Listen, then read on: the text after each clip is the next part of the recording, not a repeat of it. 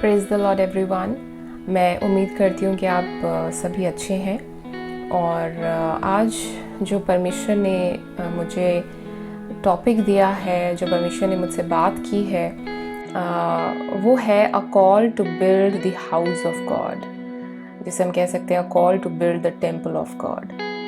तो हम जब पुराना नियम पढ़ते हैं तो हम देखते हैं कि परमेश्वर ने अपने लोगों को कुछ इंस्ट्रक्शंस और कमांडमेंट्स दिए थे ताकि वो परमेश्वर के वेज को जान सकें और वो पाप में ना पड़ें। लेकिन जब हम पढ़ते हैं तो हम पाते हैं कि ज़्यादातर जितने जूडा और इज़राइल के किंग्स थे और जो उस लैंड में लोग थे, उन्होंने परमेश्वर की कमांडमेंट्स को डिसोबे किया और वो सब किया जो परमेश्वर के नज़र में ईविल था।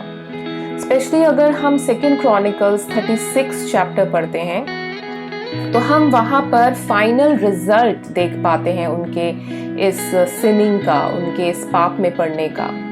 वर्स 12 हमें बताती है कि कैसे किंग ऑफ जूडा कितना प्राउड और कितना रिबेलियस था।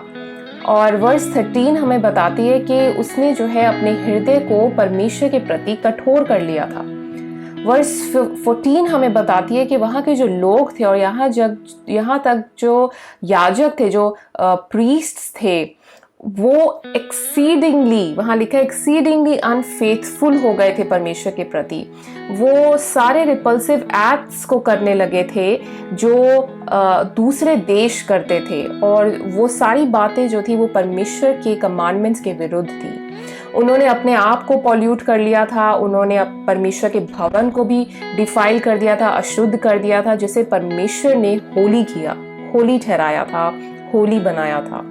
और अगर हम 2 क्रॉनिकल्स 33:7 पढ़ते हैं तो वहाँ पे हम पाते हैं कि परमेश्वर के भवन में जो है मूर्ति को भी रख दिया गया था। हम वर्स 16 पढ़ते हैं, वहाँ पे हम पाते हैं कि वहाँ के जो लोग थे और जो प्रीस्ट थे, उन्होंने परमेश्वर के मैसेंजर्स को मॉक किया, उनका मजाक उड़ाया और परमेश्वर के वचन को उन्होंने डिस्पाइस किया, रिजेक्ट किया, और परमेश्वर के प्रॉफिट्स को उन्होंने स्कॉफ किया। और उसका आउटकम जो था वो क्या था कि जो उनका एनिमी बेबीलोन था, उसने उनको कैप्चर कर लिया, उनको अटैक किया और कैप्चर कर लिया, और जो राजा था उसको चेन किया, और जो परमेश्वर का भवन था उसके जितने भी वेरियस प्रेशियस वेसल्स थे उनको भी वो ले गए और लोगों को मारा, और जितने लोग बचे उनको स्लेव्स बना लिया। और अंत में वर्स 19 में लिखा है दैट जो परमेश्वर का भवन था और उसके जितने भी वैल्यूएबल आर्टिकल्स थे उसको उन्होंने बर्न कर दिया और पूरी तरीके से डिस्ट्रॉय कर दिया। लेकिन इस पूरे मिजरेबल आउटकम से पहले अगर हम वर्स 15 पे ध्यान देते हैं तो वहां लिखा है, The Lord God sent word to these people again and again by his messengers because he had compassion on his people and on his dwelling place. तो जो वहाँ उस देश के, उस लैंड के जो लोग थे, उन्होंने परमेश्वर के विरुद्ध कॉन्टिन्यूसली रिबेल किया, इसीलिए उन्होंने इस कैप्टिविटी और इस डिस्ट्रक्शन को एक्चुअली अपने ऊपर इनवाइट कर लिया। परमेश्वर, जैसे वर्स 15 में हमने पढ़ा, परमेश्वर ने उन पर पेशेंटली वेट किया और उन्हें वार्न किया बार बार, ओवर एंड ओवर अगेन। अपने मैसेंजर्स को भेजा, अपने वर्ड को भेजा, अपने प्रॉफिट्स को भेजा उनको वार्न करने के लिए, लेकिन उन लोगों ने अपने आप को हम्बल नहीं किया और अपने पापों से उन्होंने अपने आप को नहीं हटाया। और ऐसा नहीं था कि ये जो लोग थे ये परमेश्वर को, सच्चे परमेश्वर को नहीं जानते थे, पर वो डेलिब्रेटली पाप कर रहे थे, मॉक कर रहे थे, और वो उन्होंने अपने आप को हम्बल नहीं किया और ना ही उन्होंने अपने आप को उन सब बातों से अलग किया जो परमेश्वर की साइट में ईवल था। तो जब हम आगे पढ़ते हैं तो वहाँ पे, जैसे मैंने आपको पहले बताया भी, कि उन लोगों ने दूसरे नेशंस की, दूसरे देशों की जो सिंफुल प्रैक्टिसेस थी, उन्होंने उसको अडॉप्ट कर लिया था। वो दूसरे देवी देवताओं को वर्शिप करने लगे थे, जो कि स्ट्रिक्टली प्रोहिबिटेड था परमेश्वर के कमांडमेंट्स में। तो क्वेश्चन उठता है कि क्या आज हमारा भी परमेश्वर के प्रति ऐसा ही हार्ट इशू है? फर्स्ट क्रॉनिकल्स 6:19 और 20 को अगर हम पढ़ते हैं तो वहां लिखा है, do you not know that your body is the temple of the Holi spirit who is in you, whom you have from God, and you are not your own, for you were bought at a price. Therefore glorify God in your body and in your spirit, which are God's. तो क्या हमने, जो हम परमेश्वर को जानते हैं, क्या हमने ऐसे सिंफुल प्रैक्टिसेस को जो वर्ल्ड में है अपने में अडॉप्ट कर लिया है? क्या हम अपना जीवन according to the passions of flesh जी रहे हैं, continuously, deliberately defiling the temple of God? अशुद्ध कर रहे हैं हम परमेश्वर के टेम्पल को, क्योंकि परमेश्वर का वचन कहता है कि हमारी जो बॉडी है वो परमेश्वर का भवन है। और हम क्या परमेश्वर के वचन को भी डिसऑनर कर रहे हैं जो वो हमें बार बार भेज रहा है? हम क्या परमेश्वर की जो आत्मा है उसकी वॉइस को भी डिसऑनर कर रहे हैं और डिसरिगार्ड कर रहे हैं? क्योंकि परमेश्वर का वचन हमें भजन संहिता 138:2 में बताता है that for you have magnified your word above all your name.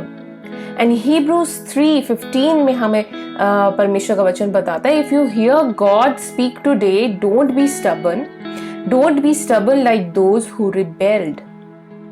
तो अगर एज अ क्रिश्चियन हम इस वर्ल्ड में एक अनबिलीवर की तरह रह रहे हैं तो हम उन जूडा के लोगों से कोई डिफरेंट नहीं है जिन्होंने अपने हृदय को परमेश्वर के प्रति हार्डन कर लिया था. अगर हम डेलिबरेटली रिबेल कर रहे हैं और अपने शरीरों को पाप के लिए दे रहे हैं जो परमेश्वर के विरुद्ध है, हम परमेश्वर को ग्रीव कर रहे हैं.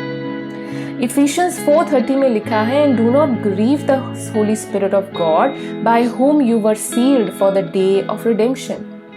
जो जूडा के लोग थे उन्होंने परमेश्वर को बार बार ग्रीव किया और उन्होंने अपनी पाप करने की इस टेंडेंसी को नहीं स्टॉप किया.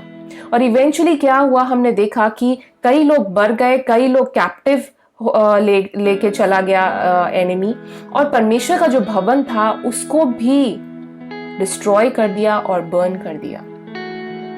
परमेश्वर का वचन लूक 3:9 में कहता है, even now the axe is laid to the root of the trees, every tree therefore that does not bear good fruit is cut down and thrown into fire.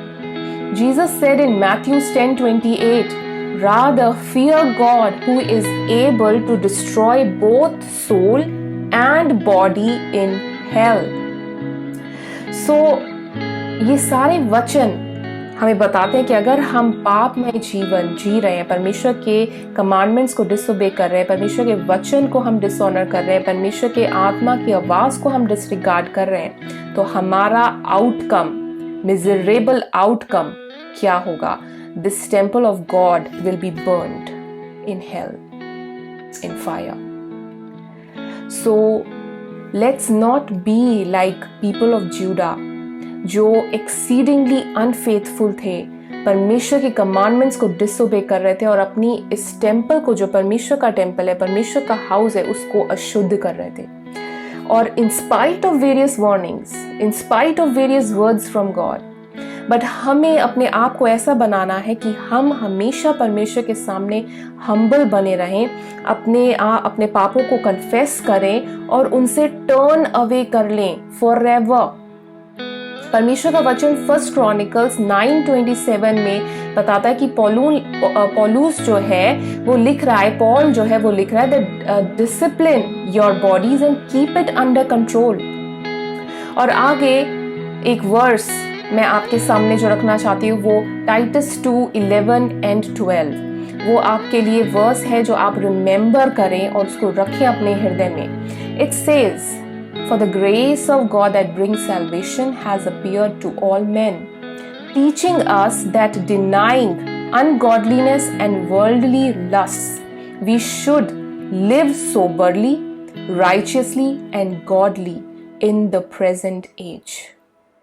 So परमेश्वर का जो भवन है, हम उसे अशुद्ध ना करें वर्ल्डली लस्ट में, पैशंस में पड़कर.